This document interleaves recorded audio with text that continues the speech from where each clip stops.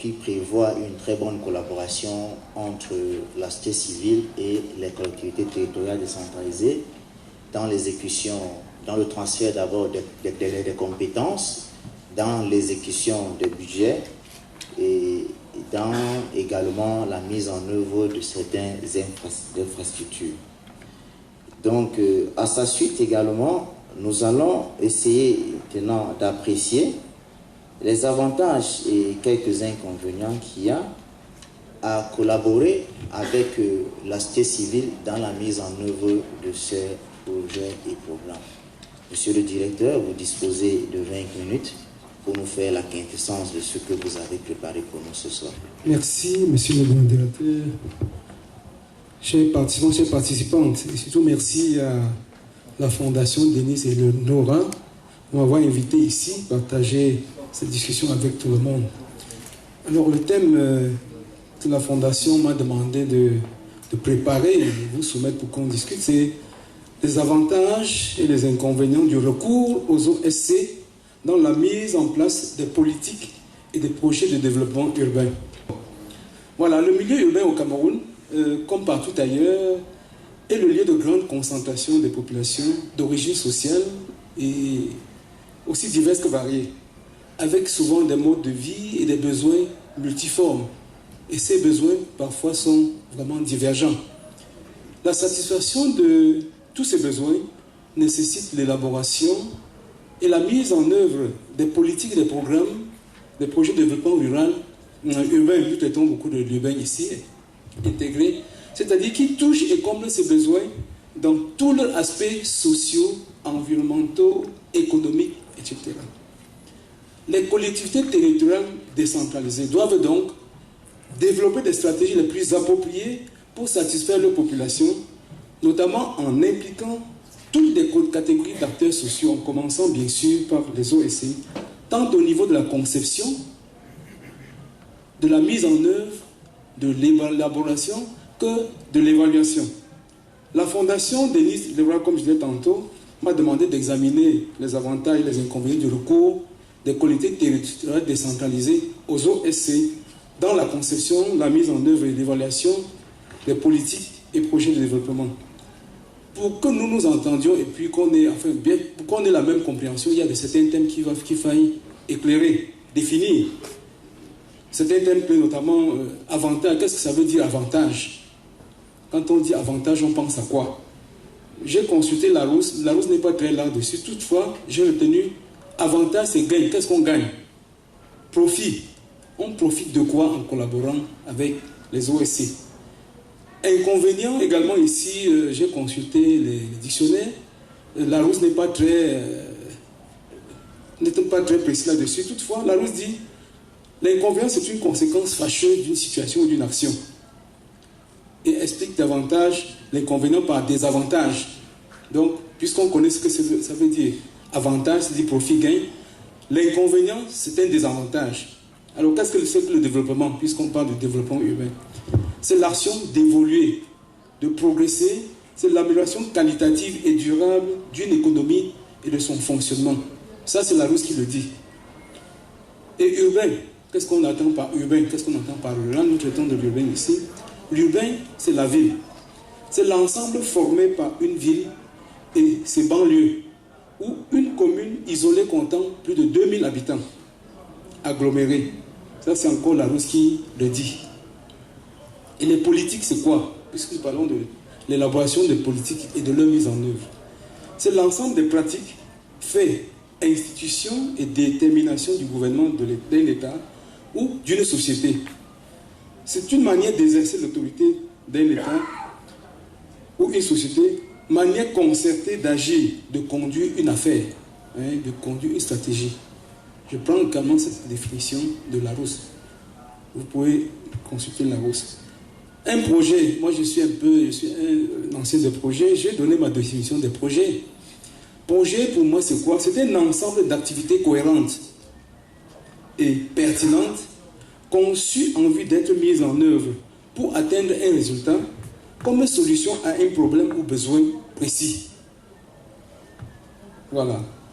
Ensemble d'activités cohérentes et pertinentes, conçues en vue d'être mises en œuvre pour atteindre un résultat comme solution à un problème ou besoin, ces problèmes étant urbains ou ruraux.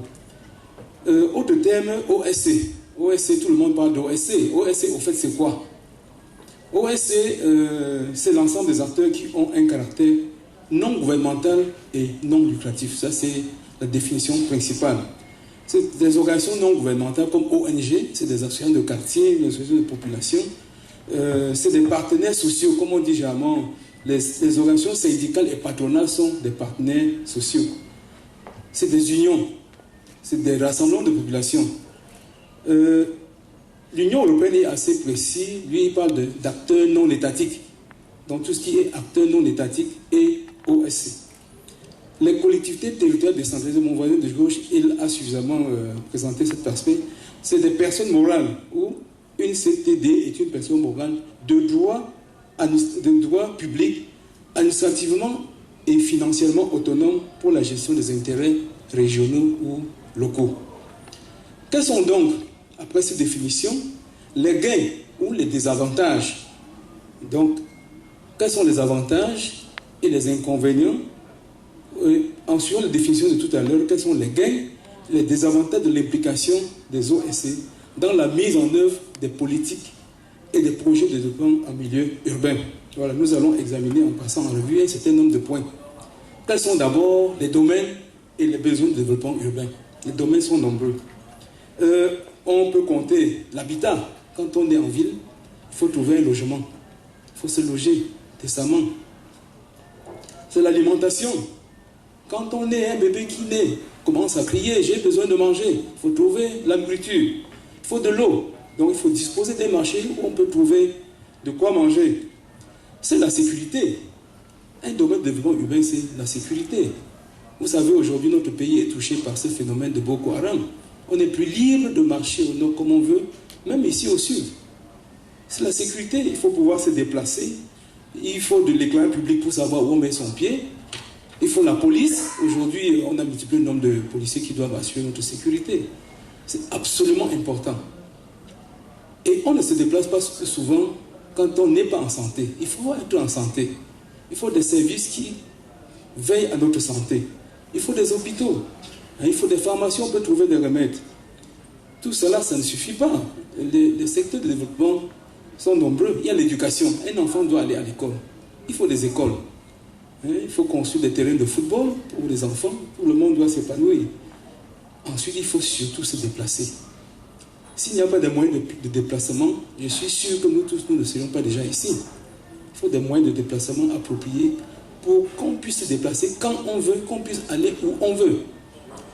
Et il faut aussi surtout des emplois. Il faut créer des emplois. Quand on est en milieu urbain, il faut travailler. Parce qu'il faut payer son transport, il faut payer sa nourriture, il faut payer sa santé, il faut payer l'éducation des enfants. Beaucoup de gens quittent le milieu rural pour venir en ville.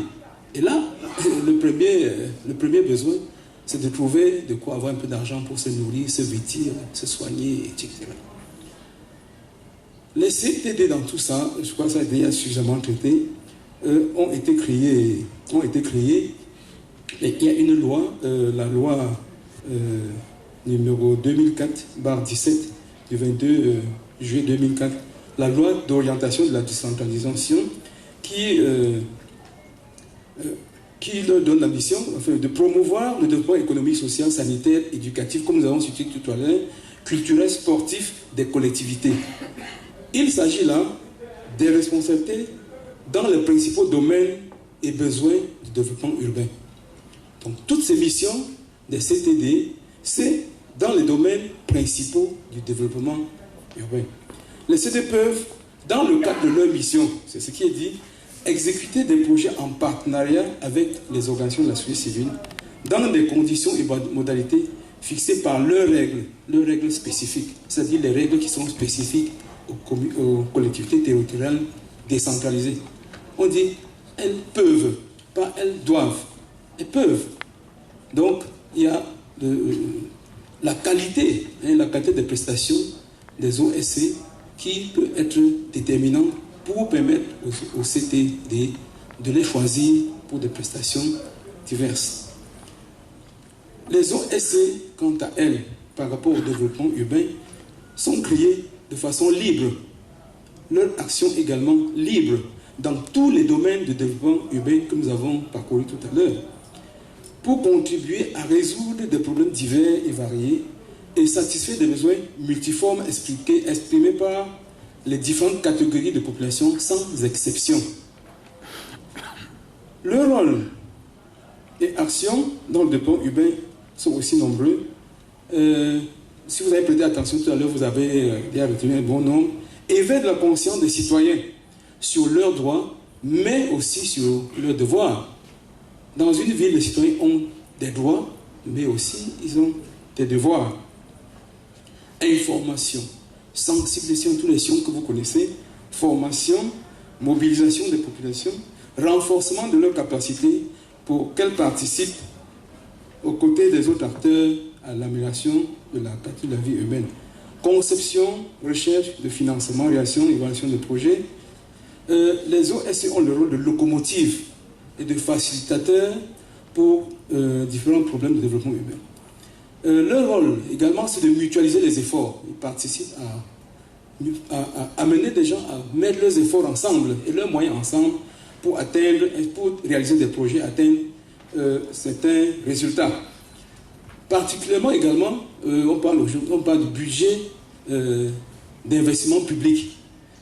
Ils ont le rôle d'assurer un suivi indépendant de la mise en œuvre des politiques publiques. Vous avez suivi tout à l'heure parler de veille citoyenne. Quelqu'un qui veille, qui regarde, qui ne dort pas, qui veille à ce que les choses soient faites dans les règles de l'art. Quand ça ne va pas, les OSC aussi ont le rôle de faire de la médiation.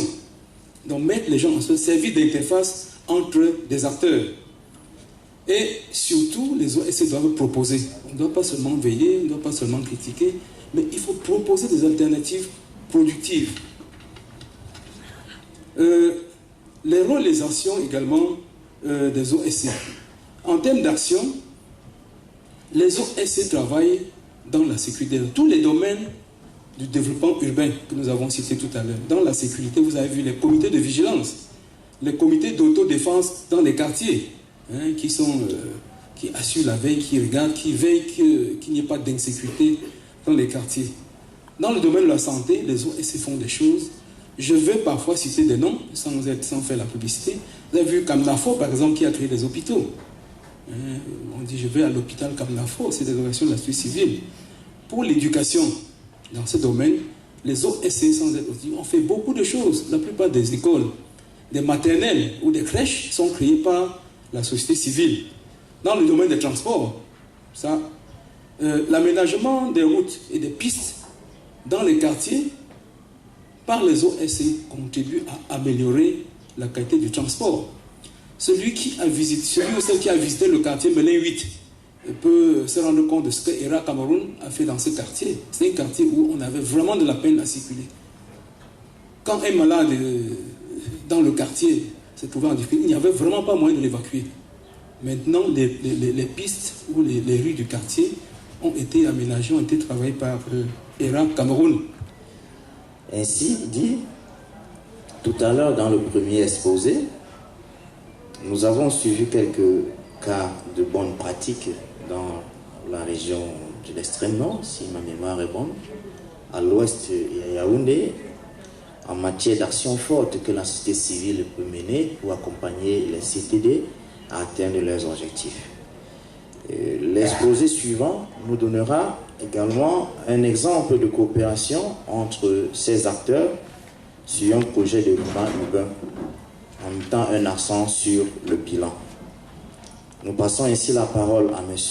Damaï Achille pour la quintessence de ce qui l'a préparé dans notre banc. M. Achille, je vous en prie. Donc, pour cette conférence, il m'a été demandé de présenter un cas de coopération entre les CTD, collectivités territoriales décentralisées, et les organisations de la société civile. Pour dire peut-être en guise d'introduction, le sujet est bien fait important parce qu'on parle bien de coopération. Et quand il s'agit de la coopération, c'est une relation, c'est pas une relation de subordination. C'est-à-dire quand on parle de coopération, c'est que de prime abord, on reconnaît que les deux parties en présence ont un potentiel à valoriser. Et alors peut-être pour semer le décor sur la présentation que je vais faire, c'est que les ONG au Cameroun s'inscrivent en grande ligne, n'est-ce pas, des instruments nationaux et internationaux. Je vais citer par exemple la Déclaration universelle des droits de l'homme, qui, n'est-ce pas, dans sa déclinaison, a vu paraître deux pactes principaux, qui est le pacte sur les droits civils et le pacte, n'est-ce pas, international relatif aux droits économiques, sociaux et culturels. Et je crois peut-être pour cadrer ou bien continuer, n'est-ce pas, dans le prochain exposé, c'est que les forts glissements qui constituent souvent des gros risques dans l'action des OSC, c'est que lorsque l'ONC veut travailler au niveau avec le pacte sur les droits civils et politiques, généralement, on se trouve souvent dans une position très ambiguë. Et là, on peut être instrumentalisé. Par contre, l'impact le plus important, l'instrument le plus important, où les actions des organisations de la société civile